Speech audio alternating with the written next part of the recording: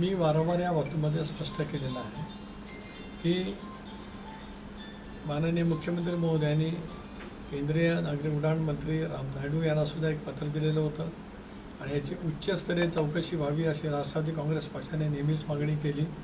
अशापैकी विमान अपघात घडतात त्यावेळेला जगातील सुद्धा काही तपास यंत्रणा तपास करत असतात. आपल्या देशामध्ये सुद्धा अशापैकी विमान अपघातांची चौकशी करणारी एक तपास यंत्रणा, एक स्वायत्त तपास यंत्रणा केंद्र सरकारने यापूर्वी स्थापित केलेली आहे. त्या तपास यंत्रणेच्या मार्फत असेल, जागतिक पातळीवरच्या तपास यंत्रणेच्या मार्फत असेल, चौकशी केली जावी. जे आज या संदर्भामध्ये काही शंका उपस्थित करत आहेत त्यांनीसुद्धा माहिती किंवा तपास यंत्रणेने त्यांच्याकडे सुद्धा माहिती घ्यावी.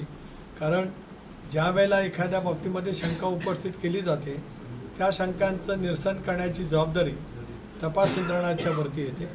दादांचं अकाली अपघाती निधन महाराष्ट्राला नव्हेच तर देशाला चटका लावून देणार आहे. देशातील एका महत्त्वाच्या नेत्यांमध्ये दादांची गणना, त्या ठिकाणी एक उत्तम प्रशासक, प्रचंड मेहनत, दुर्दम्य इच्छाशक्ती या बळावरती त्याने एक वेगळं स्थान निर्माण केलं होतं. अशा वेळेला चौकशी सर्व स्तरावरून झाली पाहिजे. ज्या पैच्या शंका व्यक्त केल्या त्याही दिशेने तपास केला पाहिजे आणि लवकरात लवकर देशातील जनतेच्या समोर याच्यातील सत्ता आलं पाहिजे.